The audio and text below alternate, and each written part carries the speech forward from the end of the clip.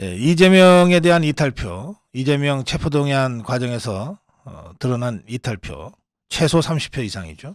뭐 31표라기도 하고 38표라 하기도 합니다. 이 이탈표가 어쨌든 누가 이탈한 거냐, 누가 배신한 거냐, 이걸 색출하는 작업이 이재명 지지자 개딸들에 의해서 지금 자행되고 있습니다. 더불어민주당 의원을 향해서 자기네 당 의원이죠. 반동이다, 밀정이다. 이게 좀 딱 좌파들이 인민재판할 때 쓰는 용어들이죠. 그리고 그 헌법기관인 국회의원들한테 당신 가했는지 부했는지 밝혀라. 이렇게 윽박지르는 문자들이 쏟아지고 있습니다.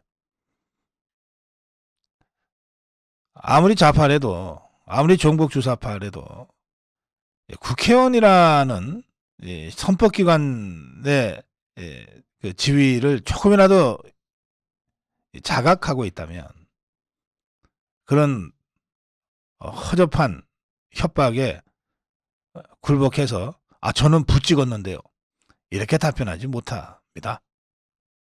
그런데 이렇게 막 윽박 지르는 이 개딸들 앞에 무릎 꿇고 저 부찍었어요 라고 하는 자들이 지금 속출하고 있습니다. 이거요, 대한민국 국회에 완전히 개딸들 발 아래 짓밟히고 있는 상황입니다.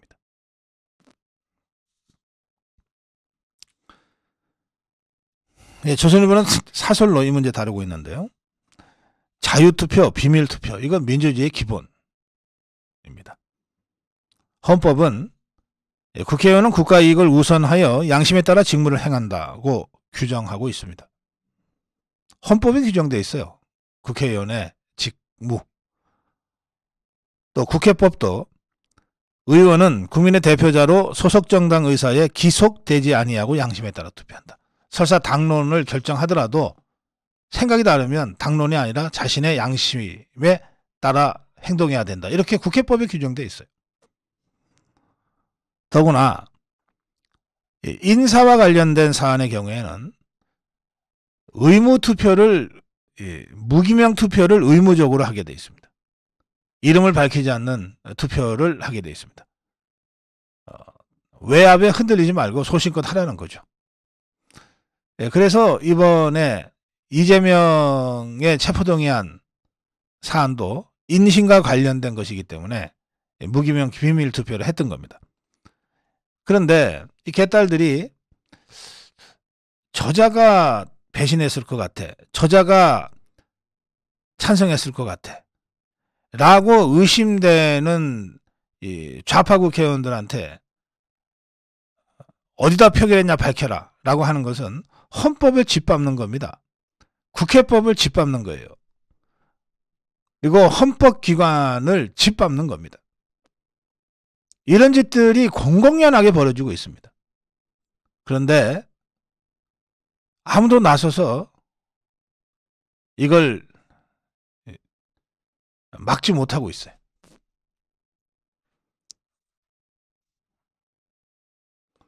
더구나 이 이재명이 체포동의안은 더불어민주당이 꼼수를 쓰느라고 강제적 당론을 채택하지도 않은 거예요. 내부적으로 표단속만 했을 뿐이지. 따라서 강제적 당론도 아닌데 자기 소신 따라서 찬성을 했다 한들 그걸 갖고 추궁할 근거도 없는 거예요. 그런데 이재명이나 그 똘마니 개딸들이 뭐 이런 이성과 합리성이 손꼽만큼이라도 있는 자들입니까? 그러니까 막무가내로 이렇게 밀어붙이고 폭력적으로 국회의원, 헌법기관들을 협박하고 있는 것이고, 이 국회의원들이 다 이 개딸들의 겁박과 협박에 무릎 꿇고 지금 굴복하고 있는 겁니다. 근데 이런 일이 처음이냐? 그렇지 않습니다. 문재인 좌파 정권, 종북 주사파 정권 하에서 이런 일들이 되풀이되고 왔어요. 당론과 다른 투표했다고 쫓아내고 징계하고 이러다가 결국 정권 잃었는데, 더불어민주당 이런 식으로 계속 가면 그야말로 총선 대참패, 지방선거, 그리고 2027년 대통령 선거 대참패가 나올 수밖에 없다. 정신 차려라. 이게 조선일보 사설의 내용입니다. 예, 같은 오늘자 조선일보에 선우정 논설위원의 칼럼도 같이 실렸습니다. 이 칼럼이 참 여러 가지로 좀 글맛이 있습니다. 선우정 위원이 확실히 글을 참 맛깔나게 잘 쓰는 것 같아요. 이 제목은 이렇습니다. 학폭 아빠. 이거 정순신이 얘기하는 거 아닙니다. 그건 이미 사태로 끝난 일이고, 여기서 말하는 학폭 아빠, 학교 폭력을 저지른 자식을 둔 아빠, 학폭 아빠는 정청래를 얘기합니다. 조폭 삼촌. 조폭 삼촌이 누굴까요? 이재명입니다. 그 조카가 조폭이었잖아요. 그리고 아주 잔인한 살인을 저질러서 지금 감옥에 가 있지 않습니까? 그러니까 조폭 삼촌 이재명입니다. 그리고 개딸들의 민주당. 지금 더불어민주당 지도부가 있고 국회의원이 169명이나 되지만 실제 더불어민주당의 주인 노릇하는 것은 바로 이 개딸들이다. 그래서 선우정 칼럼의 제목이 학폭 아빠, 조폭 삼촌, 개딸들의 민주당. 제목도 참 잘 졌네요. 이재명이가 스타일을 구긴 직후에 정청래가 글을 올렸는데, 페북에 분노할 때 분노하고 일었을 때 함께 일어섭시다. 그래도 내일의 태양은 떠오릅니다. 이재명은 죽지 않습니다. 눈물나게 미안하고 미안합니다. 정청래가 이재명한테 뭔 죽을 죄를 졌다고 이렇게 미안하다고 그러는지 모르겠는데, 하여튼 그렇게 글을 올렸어요. 개딸을 향한 선동인지, 개딸들한테 일어나라고 선동하는 것인지, 이재명을 향한 아부인지, 둘 다인지 모르겠지만 어쨌든 글의 문면만 보면 아주 비장하다. 자, 그런데 이렇게 비장한 글을 쓴, 이 비장한 글을 쓴 정청래이자 학폭 아빠였다. 학폭 아빠. 그리고 이 정순신 사태 때문에 뭐 대통령실이나 법무부나 인사검증 시스템에 문제가 제기되는 것과 동시에 이 학폭의 기억이 추억 소환돼서 이 정청래도 학폭 아빠로 재소환됐다. 정순신이 아들의 학폭 문제로 낙마하자 몇 년 전 정청래의 당시 중학생이던 아들이 동료 여학생에게 강제추행, 음란문자 발송을 저질렀는데 이 사건이 다시 재소환됐다. 강제추행과 음란문자 발송, 이게 성인이었다면 실형을 선고받았을 죄질 나쁜 학폭이다. 물론 부모라고 자식의 모든 잘못을 평생 책임지고 갈 수는 없으나 문제는 정청래의 아들이 이 성추행 학폭을 저지른 이후 이 아들을 피해 여학생과 몇 년 동안 같은 학교에 다니도록 방치했다는 것이다. 그리고 그 아들이 학폭을 저지를 때 정청래는 국회의원이었다. 만약에 국회의원의 아들이 아니었다면 이런 성추행 학폭을 저지르고도 같은 학교에 그 피해 여학생과 몇 년 동안 같은 학교를 다닐 수 있었을까? 이건 상식적으로 여러분들한테 던지는 질문입니다. 정순신이 물러났는데 하루 만에 이게 아들의 학폭 문제 그것 자체 때문에 물러난 것은 아니다. 정확하게 얘기하면 공직자로서, 검사라는 공직자 신분으로서 아들을 싸고 돌면서 학교의 강제 전학 조치에 법논리를 내세워 저항한 사실이 드러나면서 국민적 공분이 일어나서 물러난 것이다. 그러나 정순신의 낙마에는 양면성이 있다. 많은 언론이 지적하듯이 윤석열 정부 인사검증 시스템에 중대한 결함이 드러난 사건이기도 하지만 동시에 윤석열 정부는 그래도 최소한의 규율과 도덕이 작동되고 있네. 이게 드러나자마자 어쨌든 하루 만에 본인이 사퇴하고 또 뒤이어서 도대체 어디서 인사검증이 잘못됐는지를 내부적으로 논의가 시작하고 있는 걸 보고 또 대통령이 나서서 이 학폭 문제가 심각하다. 근본 대책을 세우라라고 지시를 하고 비록 인사검증 시스템에 중대한 결함이 드러난 사건이기도 하지만 그것과 동시에 윤석열 정부 자유우파 정권에서는 최소한의 규율과 도덕이 작동되고 있다는 것을 역설적으로 보여준 사건이기도 하다. 그런데 선우정 위원의 문제제기는 지금부터 시작됩니다. 그런데 민주당에는 왜 이런 규율이 작동되지 않느냐. 정청래가 민주당 수석 최고위원, 방통위원장인데 이 중요한 지위에 오르기까지 민주당 안에서 정청래 아들의 성추행 학폭 문제가 내부적으로 공론화됐거나 문제제기됐다는 것을 들어본 적이 없다는 거예요.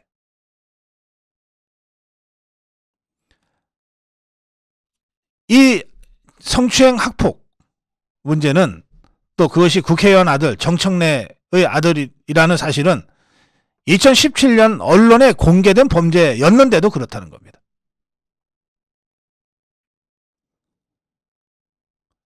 이렇게 보면 민주당의 도덕 기준은 정치권의 상식과 좀 다른 것 같다. 일반인들의 상식과는 달라도 너무 다르다. 선우정은 이렇게 단언합니다. 나는 바로 이것이 민주당 위기의 본질이라고 생각한다. 도덕의 부재, 이것이 민주당 위기의 본질이라고 생각한다는 뜻입니다. 그러면서 이제 이재명으로 얘기합니다. 지금까지는 학폭 아빠 정청래 얘기였고 지금부터는 조폭 삼촌 이재명 얘기입니다. 이재명에 대해서 도덕을 따지는 것은 무의미하다.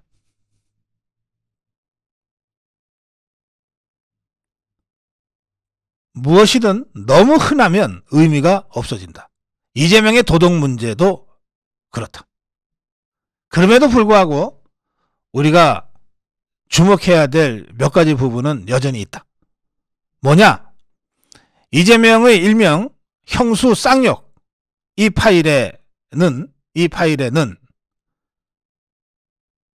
이재명이가 욕설을 퍼부으면서 그 형수한테 녹음해서 공개해봐 라고 하는 말까지 녹음이 돼 있다.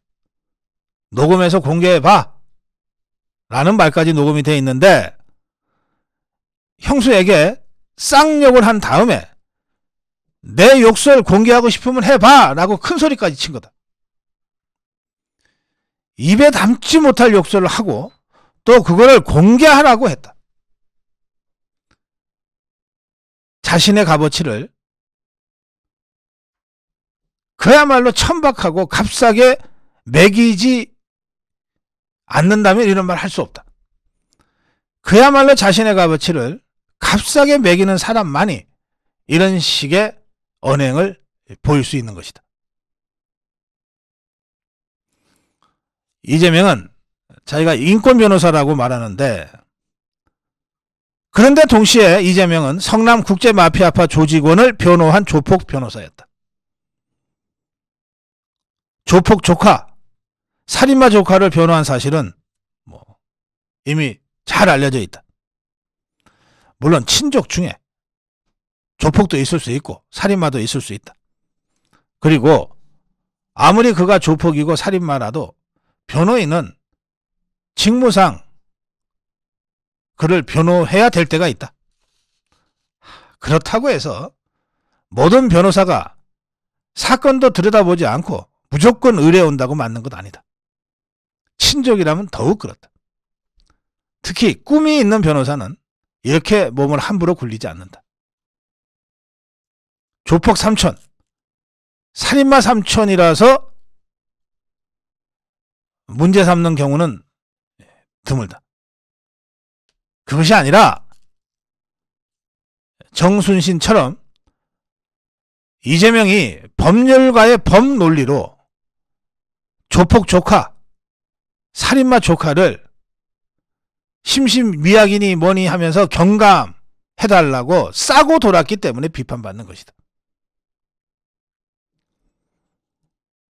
이재명에겐 꿈이 아니라 욕망만 있는 것 같다. 그래서 욕망만 있기 때문에 이재명의 정치는 늘 이권을 사고 파는 흥정 수준에 머무르게 된다. 성남시장 8년 동안 이재명의 주위에는 전국 최강의 투기꾼들만 모여들었다. 성남에서 헤쳐먹은 8천억 원이 그들 손에 들어갔다. 또 경기지사 4년 동안에는 조폭들만 꼬였다. 도대체 이 대북 사업을 조폭이 하리라고 누가 상상이나 했겠는가? 그게 이재명이었기 때문에 가능했다. 그동안 이재명 주위에 지식인이 모였다, 예술인이 모였다, 이런 소리 들어본 적 없다.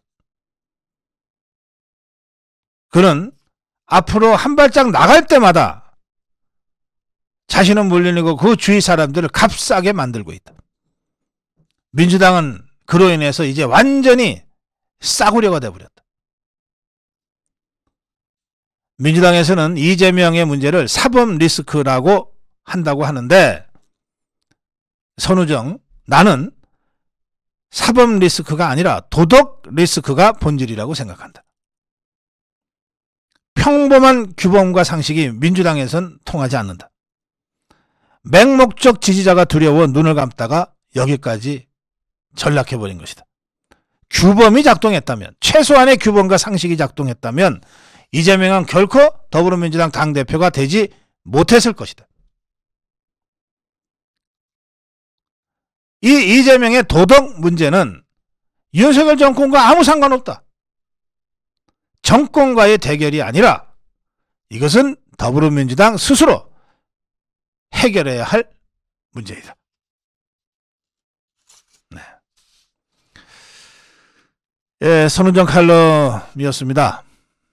예, 저는 이재명 문제, 또 더불어민주당 문제의 가장 본질적인 부분을 아주 예리하게 잘 해부하고 지적했다고 평가합니다. 촌철살인이었습니다.